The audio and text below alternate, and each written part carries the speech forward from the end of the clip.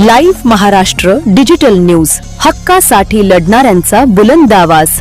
परभणी शहर व जिल्हा काँग्रेस कमिटीच्या वतीने आम्ही काँग्रेस पक्षाच्या वतीने पत्रकार परिषद घेतलेली आहे। प्रामुख्याने भारतीय संसदेमध्ये जे 16 आणि 17ला जे 131 घटना दुरुस्तीच्या संदर्भाने जे विशेष अधिवेशन घेण्यात आलं आणि त्या घटना दुरुस्तीला महिला विधेयकाचं नाव देण्यात आलं आणि महिला विधेयकाच्या नावाखाली परिसीमन बिल पारित करून घेण्याचा जो घाट भाजप सरकारने आखला होता त्याला संपूर्ण इंडिया आघाडीतल्या लोकांनी विरोध केला आणि इंडिया आघाडीने वज्रमूठ या ठिकाणी ठेवून संपूर्ण विधेयक नामंजूर करण्याचा भाग पडला। याच्यावरून भाजपचा चेहरा स्पष्ट होतो की महिला विधेयकाच्या नावाखाली परिसीमन विधेयक मंजूर करण्याचा जो घाट होता त्याला प्रामुख्याने आम्ही विरोध केलेला आहे आणि आज भाजप प्रामुख्याने सांगत आहे की काँग्रेस आणि इंडिया आघाडी या ठिकाणी महिला विरोधी आहे, महिला विधेयकाला त्यांनी विरोध केलेला आहे।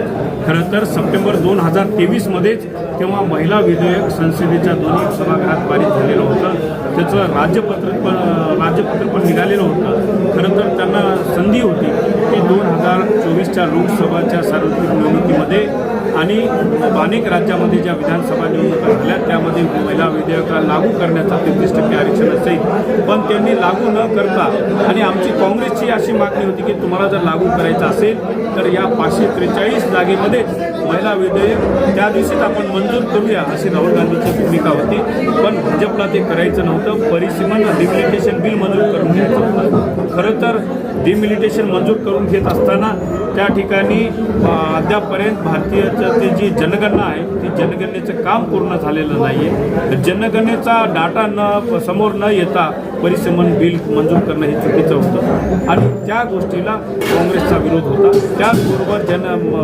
परिसीमन आयोग त्या ठिकाणी त्यांनी स्थापन करायला पाहिजे होतं, परिसीमन आयोग केलं नाही। या उलट ते महिला विरोधी आहे म्हणून काँग्रेसला या ठिकाणी सांगत आहे। खरं तर माननीय राजीव गांधी यांनी त्या काळी घटना दुरुस्ती करून 33% आरक्षण स्थानिक स्वराज्य संस्थेमध्ये महिलांना दिलेलं आहे।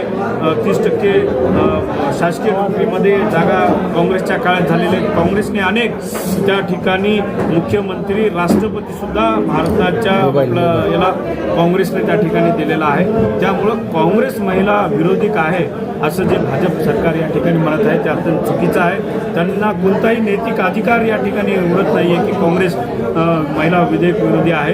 खरं तर आपले महाराष्ट्राचे मुख्यमंत्री देवेंद्र फडणवीसनी सुद्धा 2023ला त्यांच्या ट्विटर हँडलवर ट्विट केलं होतं की महिला विधेयक मंजूर झालेलं आहे, एक ऐतिहासिक सण आहे, भारतामध्ये दिवाळी साजरी करावी आणि माननीय पंतप्रधान नरेंद्रभाई मोदी यांनी सुद्धा महिलांसोबत फोटो काढून त्या ठिकाणी जल्लोष साजरा केला होता। ती सर्व भारताला माहीत आहे। फक्त हे काँग्रेस विरोधी दाखवायचं आणि 5 राज्यामध्ये निवडणुका चालू असताना हे अर्थसंकल्पीय अधिवेशन 2 एप्रिलला संपल्यावर 16-17 तारखेला या ठिकाणी अधिवेशन घेणं हे खरं म्हणजे काहीतरी उद्दिष्ट डोळ्यासमोर ठेवून यांनी अधिवेशन घेतलेलं आहे असं आम्हाला या ठिकाणी स्पष्टपणे म्हणायचं आहे।